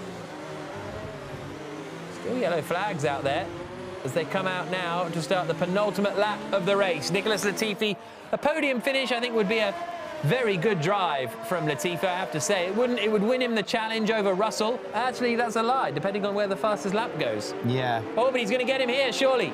Gets good drive out of La Source. Tries to find the inside line, looks one way, looks t'other. But he's not going to get through down into Eau Rouge, maybe up over Radion along the Kemmel Straight. It will be put as a very, very good race, seeing as the start for Nicholas Latifi right at the beginning of the race. That's spinning out, so to get back up to 4th at the moment, and he has overtaken L'Aerocat. Lovely manoeuvre, but L'Aerocat on the outside. Oh, that's great defending, but yeah, he's got him in the inside there. Russell tries to fight back. They have, I think L'Aerocat has made a mistake, and Latifi's through. Back him into 3rd place then, so he's done it. 2 laps to go, or a lap and a half to go, I should say, because they're just starting to drop down the hill. I think that 4.5 second gap to Andres is a bit too much. which is going to be really frustrating for Latifi. Without that error at the start, or without that collision at the start, he would have really had the chance to close in. Well, off goes the Aerocat, and Russell's going to try and take advantage of that. The two go side by side into Fagna. Russell finds the grip on the outside of the corner and makes it stick. So the Williams drivers up to third and fourth. They're doing a great job here carving through the order. Nil points by the looks of things, but really good drives from Latifi and Russell. About to start the final lap of the race, yeah. Such a good drive. It's just a real shame that it will lead to no points. The only points up for grabs were first and second place, but fastest lap. So one of these drivers, that when we interview them at the end of the race, is going to be very annoyed after all that effort, and it has been a brilliant drive from them. Russell wants the bragging rights here. He is now just half a second away from Nicholas Latifi as they start the final lap of the race. Don't forget, I think Russell's got a 3-second time penalty for excessive track limits abuse. So we'll keep an eye on that one, whether that'll drop him down the order. But he wants to finish ahead of Nicholas Latifi on the road. F-Total's got ahead of Aerocat. Shout out to David Zamora. Really strong drive from him up at the front. Gingerbread Ash sets the fastest lap of the race. He is back up into 11th place, just chasing down Robotic Hamster in the closing stages. But can Russell get Latifi on the final lap? Looks a little bit too far away, to be honest. Onto the brakes, up into Les Comps. Well, Latifi gaining time on Andreas in second place, but I just agree with you. It's just not going to be enough time, not enough laps to eventually catch up potentially with Andreas, but a real shame after such effort, such a good race from both of these drivers. But of course, Latifi will be kicking himself after that spin early doors. Yeah, and Russell had the chaos at the top of the hill at Radion, didn't he? But will Russell be able to get past Latifi and steal the final podium position on the final lap? There is Donatsky, who's getting lapped again in the Haas. That might be Ratkid, actually. But anyway, the Haas is off on the inside in the barriers. So it might be Grosjean on the final lap of the race. Sorry, that was harsh. That was unnecessary. Sorry, Roman. Just having a joke. But we're on the final lap of the race now. David Zamora is going to win it. Who's going to finish third out of the two Williams drivers? I don't think there's going to be any points for either of them for finishing first or second. But can Russell get past? Final lap, down to the final corner at the bus stop chicane. And Latifi is going to hold on. He's going to finish ahead of Russell, and it looks as though he's... Oh, Russell! No! What? He's been given another time penalty for corner cutting on the final lap. He's absolutely rammed Latifi and finished in fourth place, but that has then dropped him down the order because of a penalty, and that's... I expected it, to be honest with you. I did not expect that from George Russell on the final lap. Really? Did you really expect that from him? Is it just... That's just... Yeah. OK. Race control are having a word with Robotic Hamster, of course, as they Be a short conversation with a Robotic Hamster, I would have thought. They feel like they're just going round and round with him. However, there you go. Really, would you expect that bit of tussle from George Russell? Oh, he was always. I was surprised he didn't lunge it a bit more at the final chicane. Because there were no points on the line, were there? Yeah, of course. Just fun on the line. But there you go. George, we've got to come to you there. What was happening there at the end? God. I feel bad.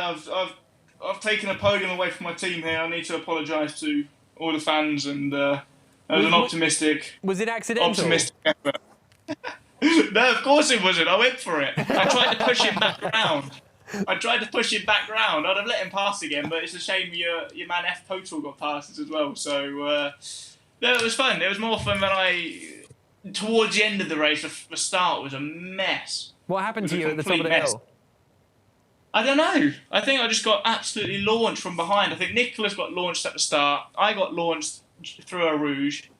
I think would have been, well, we was quick enough to win, but whoever Gingerbread Ash, he was fast. Yeah. Gingerbread Ash was fast. He was putting some fast laps in there, but no, it's been fun. It's been fun. So yeah. What's the scores on the doors? Do we get any points for that or not? Well, just waiting the adjudication after that lunge, George. I've got to wait for that. The stewards to have a word with me and the official. I'll accept the penalty. I put my hands up. It was all on camera, caught red-handed. I've got no argument to give. Well, listen, I've got to ask Nicholas, how do you feel about that? A podium denied by your teammate. Surely you're going to have some stern words for your so-called teammate. Yeah, that was rough. I was looking forward to that podium, but well, that's the same avatar I got on the podium anyways who won, so I'll say that was me. No, but I was kind of expecting him to go for a lunge last corner, but then when I saw he didn't actually go for in the braking zone, I said, okay, it's pretty safe there. I did see him kind of try and sneak up the inside, tried to leave him a little bit of room, but yeah, I guess the move was just not on. But anyways, it was still really fun, all 3 rounds. So I didn't hear the answer to George's question. Do we get any points for that? Because like I said, I think it was a bit unrealistic to think that we were going to win that. There was some fast guys here started, especially for that start. Oh, that was chaos, but that was a lot of fun. I'm not gonna lie. Hey, listen, I knew the excuses would come. I was timing it. We got the whole book of them. I'm getting my book now. I got a whole page of them. If you still want to hear some. I'll give, if I scored any points, we will show you the scoreboard, guys. We will show you the scoreboard. However, I feel like we all know that Lando Norris is going to have those bragging rights, and he does. No points scored in that final race. Gingerbread Ash. Denied. Nicholas Latifi, you scored 3 points. George Russell, you scored two. I'm expecting Lando to be calling you now to let you have it. But how do you feel after that, Nicholas? I think we had some faster drivers for our event, to be honest. I mean, it was the first one you did. I'm getting my excuses. I got it all prepared, right? So I think with Lando, it was the first event. Not a lot of people knew about it. Now we got some like real proper sim drivers here. So I think it was always going to be a tougher task for George and I, but yeah, it's okay. We'll give it to Lando. He's missed out on a few of the virtual GPs, so we got to give him some victory here. He has indeed. George, with the hashtag Challenge Williams, you didn't have a book of excuses next to you, but on reflection, I think it was a fair 3 challenges, and you did very well in them. I think all the excuses are in the filing cabinet, aren't they? Yeah, they are. Are they in the filing cabinet? There are plenty of them back there. So no, it was fun. I enjoyed it. Definitely enjoyed the first race the most. There were definitely some quick guys out there, as Nicholas said. I think that last challenge, a little bit unrealistic to give us a chance. Those weather conditions were, it was like Spa 98, weren't they? It was horrific. Yeah. So, no, but overall, honestly, enjoyed it. It was a lot of fun, and yeah, put on a bit of a show. Yeah, you did indeed. I've got to say, for that last race in the wet at Spa, brilliant drive. Unfortunately, no points there. Will we be seeing you, gentlemen, for the next virtual Grand Prix? It would be in the Dutch GP at the Circuit Park Zandvoort, but instead, it is taking place in Brazil, in Interlagos. Are you looking forward to that one, and will you be racing? I'll be racing, yeah, I'll be there. I think Nicholas will be as well, so looking forward to it. It should be a laugh. Okay, and will you be practicing on a 1992 Williams car, just in case? I might be, you know. I might be doing it for a bit of fun. Honestly, I did enjoy it. So, you know, when I'm a bit bored at home, when the weather's not looking great next week, I might have to pop out Nigel's car. Yeah. And I have to say, George, I need some instructions how to build my own gym in my house. Epic work from you. Enjoy that until Sunday. Nicholas, are you looking forward to, well, it's the Dutch GP, the virtual Grand Prix, but it's not taking place at Zandvoort because it's not in the F1 2019 game. So Interlagos, looking forward to it? Yeah, definitely. I mean, all these virtual GPs have been a lot of fun, and I think it's one of the ones where all of us drivers take really seriously. So there is that pure competitive attitude amongst us all, as opposed to these kind of fun little streams that we do, and we're calling safety cars every 2 seconds. It's we all take this one seriously. So it's yeah, I look forward to that. I think it's great training, and yeah, I hope to take part in a few more before we get back to real racing, which hopefully comes as soon as possible. Indeed. Well, listen, gentlemen, George, Nicholas, thank you so much for being great sports, for taking part in the hashtag Challenge Williams. Enjoy the rest of your evening. So there you go, F1 Esports. Hashtag Challenge Williams, done, dusted. Jack, it had a bit of everything, those 3 challenges. Hopefully it'll be back and we'll see what other F1 drivers can do in terms of that. But as I mentioned, for you guys at home, the next virtual Grand Prix will be taking place this coming Sunday. Instead of being at the Dutch Circuit Park Zandvoort, which is going to be in the new F1 2020 Codemasters game, we go to Interlagos, Brazil.